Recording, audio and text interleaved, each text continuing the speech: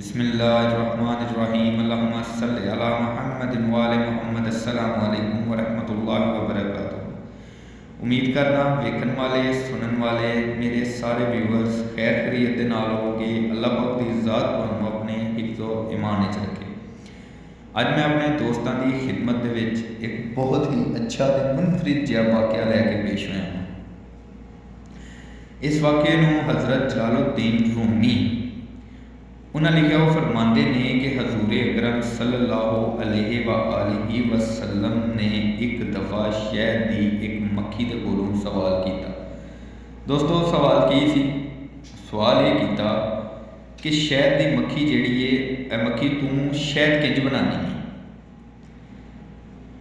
जिहदे जवाब विच मक्खी ने अगों पाक रसूल हज़रत मुहम्मद सल्लल्लाहु अलैहि वसल्लम खातमुल अंबियीन नूं आख्या कि ए अल्लाह दे प्यारे हबीब, ए अल्लाह दे पाक रसूल, मैं चमन विच जानी हाँ ते चमन विच जाके ते मैं मुख्तलिफ फुल्लां दा मुख्तलिफ किस्म के फुल्लां दा जिहड़ा रस चूस के ते अपने छत्ते च वापस आनी हाँ ते असीं इस तरीके दे नाल जिहड़ा शहद बनानी है। हजूर अकरम सल्लल्लाहु अलैहि वसल्लम दी पाक तैयब ते ताहर ज़ात ने शहद की मक्खी के कोलों दोबारा दरियाफ्त किया कि ए मक्खी, वो जिहड़ा फुल्लां दा रस हुंदा है वो तो मतलब कि होर तरह का जायका हुंदा है, उहदे च मिठास नहीं हुंदी। जिहदे जवाब दे विच अगों मक्खी ने आख्या कि ए अल्लाह दे पाक हबीब, ए अल्लाह दे पाक महबूब, ए अल्लाह दे प्यारे रसूल, जदों असी शहद रस चूस के चमन के विचों वापसी अपने छत्ते तक का सफ़र कर रही वा तो उस सफ़र के दौरान अल्लाह पाक की ज़ात ने साढ़े ते ड्यूटी नाफज की, साढ़े उत्ते ड्यूटी लाई है कि तुसां जांदियां मेरे प्यारे हबीब के उत्ते दरूद शरीफ पढ़दियां जाना।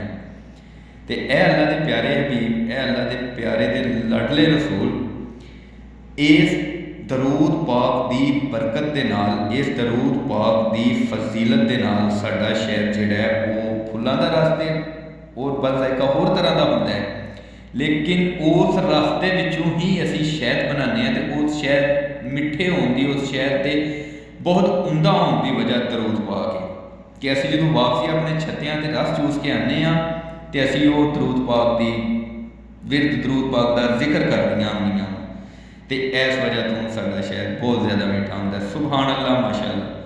दोस्तों तुसां इस वाक़े दे विचों, इस गल दे विचों एक गल जरूर नोट करनी है। दोस्तों कमेंट बॉक्स के विच मैनूं बहुत ज़्यादा मतलब कि डिसहार्ट करने वाले भी लोग मैसेजेस करते हैं पे। दोस्तों गल ये है कि मेरे मूँह चों, मेरी ज़बान चो कोई ऐसी गल, कोई ऐसी बात निकल आती है जिसकी वजह तो कोई एक इंसान उस गल के उत्ते अमल कर लेंदा है। तो दोस्तों मेरी तो अग बस सबर गई ना, तो तनकीद ते गल्लां करने वाले लोग किहड़े पासे जाणगे। खैर कोई नहीं, अल्लाह वारस है। दोस्तों दरूद पाक एक वाहद ऐसी, मैं अपनी पिछली वीडियो के भी दस चुकिया हाँ, एक शॉर्ट के भी दस चुकिया हाँ कि दरूद पाक दुनिया के उत्ते एक वाहद, दोवां जहानां के उत्ते एक वाहद इबादत है जिहड़ी अपने कबूल होने की गारंटी भी नाल ही है। सुभान अल्लाह। दरूद पाक की बहुत ज़्यादा फजीलत है। गमों, टेंशन, परेशानियां, डिप्रैशन, मतलब कि अजकल के दौर के मुताबिक जिहड़ियां भी सानूं बीमारियां, परेशानियां जो भी इन्हां दा एक वाहद हल जिहड़ा वो दरूद पाक है। लिहाजा दरूद पाक की कसरत के नाल दरूद पाक का विरद करिया करो। बहुत ही अच्छी ते अनमोल चीज़ है। ये माइंडली, हार्डली हर किस्म का सुकून मिल सकता है सानूं। तो दरूद पाक की बहुत ज़्यादा फजीलत है, बहुत ज़्यादा अहमियत है दरूद पाक की। लिहाजा दोस्तों कोशिश करके दरूद पाक बहुत ज़्यादा पढ़ा करो।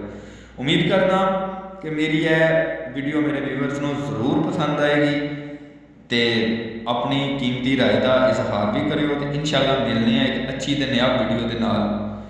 अल्लाहुम्मा सल्लि अला मुहम्मदिन व आले मुहम्मद। अस्सलामु अलैकुम व रहमतुल्लाहि व बरकातुहू।